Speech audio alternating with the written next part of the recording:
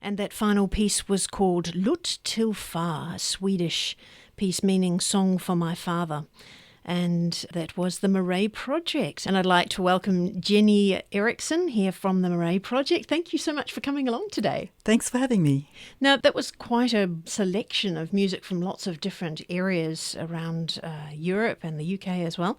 From those earlier periods, the 1500s up to the end of the 1700s, were they the same sort of instruments you use today that they would have used through those eras? Well, today we have, I guess, modern version of the instruments. For instance, there's a Baroque violin and now there's a modern violin. Viola da Gambas did die out, so they only really came back into fashion about 80 years ago, I suppose. So the violin family took over the Viola da Gamba family, so to speak.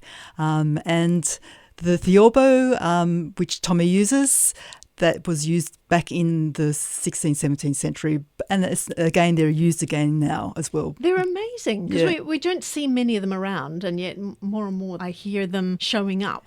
Yeah, that's right. And there's an incredible amount of Baroque ensembles now in Australia. There seems to be a growing feast of ensembles, which is fantastic. That means more jobs for the theorbo player, that's right? That's right. And now with the Murray Project, you've just come up to your 20th anniversary. Congratulations. Thank you very much. It just seems like yesterday.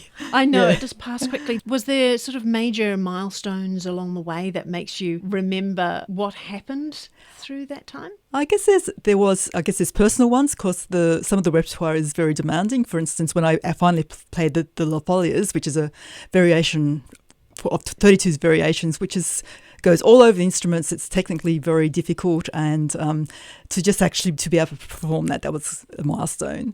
And then there's another piece called The Labyrinth, which is also an amazing piece that goes into incredible keys. And so that for me was a milestone as well. But did you have like big celebrations when you got through them? Yeah, I think I did actually in both those occasions. It must improve your playing if you're challenging yourself every time to do something bigger and more complicated. That's right. Yeah, definitely with those performances. But I think also with recording CDs, they're milestones because you work towards those for a period of time, and it has to be right on the CD. You can't actually fluff it up. You have to make it as good as you can. And I think your standard of playing with all the group just goes sky high once you've done a CD. So every CD we've made, you can hear the improvement with the playing, but also the sound quality. The engineers get used to recording us because the gambas aren't the easiest things to record. So why is that? I think it's because we've got this amazing range of sound from quite a nasally sound on the top to the very deep sound on the bottom. So to have a really good sound that actually sounds like our instrument recorded takes a bit of work. Do you find when you're doing your CDs that you make a deadline to meet, or do you just sort of work for a while until you think you're good enough and then you book your time in the studio?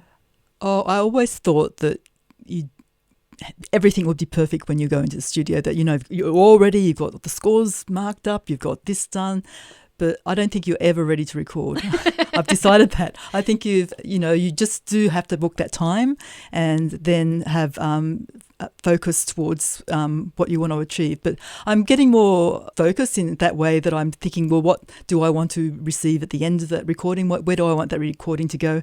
How do I want that recording to work for me in the marketing, for instance, and that sort of thing. So those things are important. So I think I just thought artistically, but yes, I'm now working more strategically about how these albums will pan out, I suppose. But yeah, I don't think you're ever ready, but you do come out the other side a better person, a better player, I think. Have you ever done a recording where you've just trashed the whole thing and said it's just not good enough and gone back to the drawing board?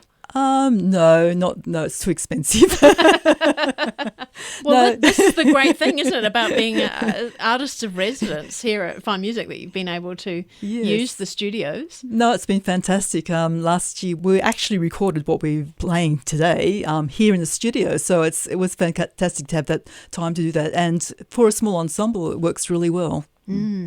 And so the kind of work that you've been doing, like in terms of performance, because you're not just doing recordings, are you? You're working live? Yeah, that's right. What kind of opportunities do you like working in? Do you like the little intimate spaces, or something like the City Recital Hall? What do you like the best? Well, with our instruments, normally only using four rock instruments average, so we don't make a big sound. So for me, I really like the intimate settings. So have you got a favourite venue? The Concertgebouw Small Hall in Amsterdam, but I've never played there. But it's beautiful. But there's another goal for you. Yeah, it's another goal. But there's, like we've played in the independent theatre, which is a nice size for us. The small recital halls at the Conservatorium are good. We just did some concerts in Canandra. They have in a winery, which was perfect. So something that was that outside or in? Inside the winery with all the barrels. It was fantastic. Did that make a difference to the acoustics? Yeah, really good sound. Yeah, with the wood and the smell. Yeah, that's right. Yeah, so I definitely I think an audience about 200 really suits what we're doing, and or smaller. So otherwise, I think you lose something of the sound. Yeah. Yeah, it is. It's lovely having that intimate setting, isn't it? Yes. You can pretend you're in the salon.